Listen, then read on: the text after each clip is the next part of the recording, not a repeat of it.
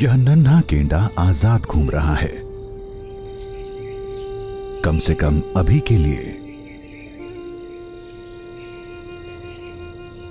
उसका सींग बड़ा होने तक उसके सुरक्षित रहने की संभावना है।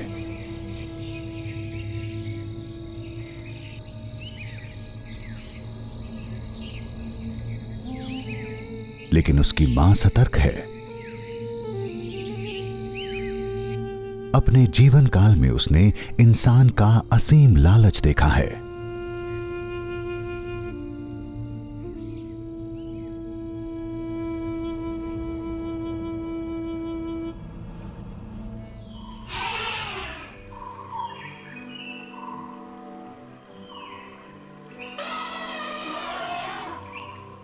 पश्चिम बंगाल का जल्दापाड़ा राष्ट्रीय उद्यान भारत के सबसे अधिक जैव विविधता वाले क्षेत्रों में से एक है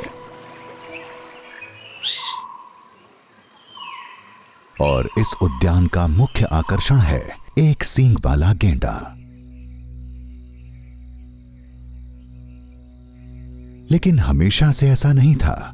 एक समय था जब पाक में गेंडों की आबादी विलुप्ति की कगार पर पहुंच चुकी थी।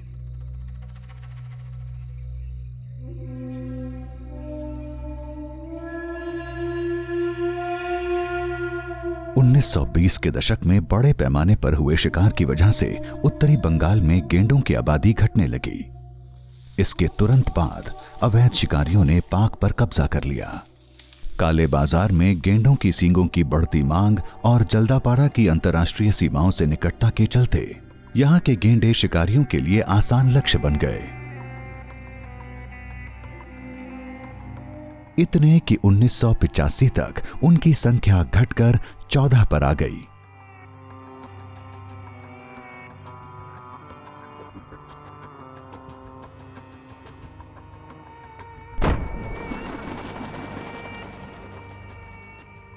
कंट्रोल टू राइनो 6 संवाद ভালো।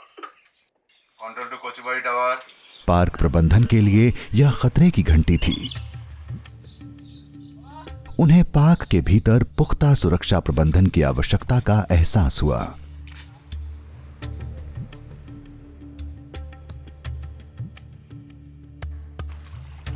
वन कर्मचारियों को बंदूकें और वॉकी टॉकी दी गईं।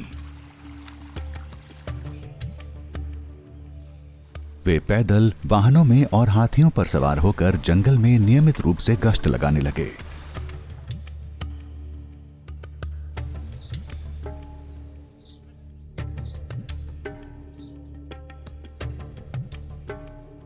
व्यापक तौर पर सड़कें, फायर लाइंस, गश्त पथ, वॉच टावर और गश्त शिविरों का निर्माण किया गया।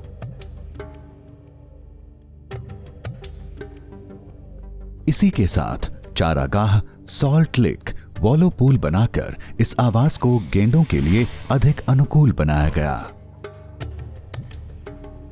खरपतवार हटाई गई और चारागाहों में पेड़ों की संख्या को नियंत्रित किया गया। धीरे धीरे गेंडों की संख्या बढ़ने लगी।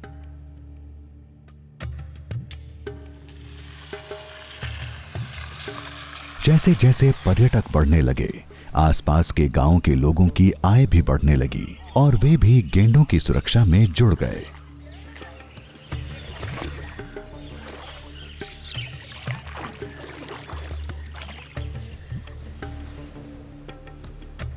दो 2022 की आधिकारिक जनगणना के अनुसार जल्दापाड़ा में 292 गेंडे थे।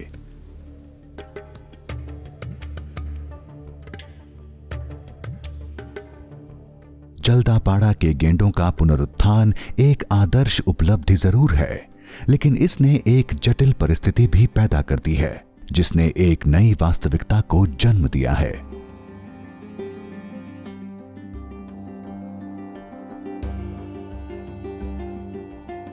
आज बड़े शाकाहारी प्राणियों में सबसे घनी आबादी में से एक जल्दापाड़ा में है। गलियारों के अभाव में कई वन्य हाथी अपना ज्यादातर समय पाक की सीमाओं के भीतर ही बिताते हैं।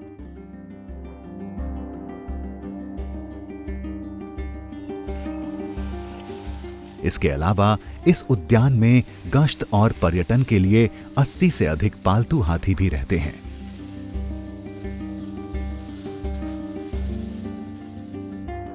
पिछले कुछ दशकों में यहां गौर की आबादी भी बढ़ी है।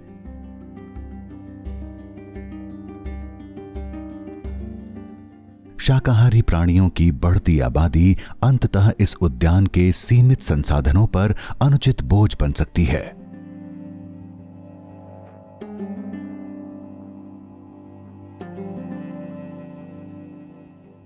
अतीत में एक ही प्रजाति के वृक्षों की बुआई से उत्पन्न खरपतवार जल्द ही गेंडों के चारागाहों पर भी हावी हो सकती है और उन्हें चारे से वंचित कर सकती है। गेंडों की आबादी बनाए रखने के लिए फिर एक बार समर्पित प्रयासों की जरूरत है। गेंडों के मुक्त संचार के लिए वन विभाग ने पहले ही वन्य जीव गलियारों का काम शुरू कर दिया है।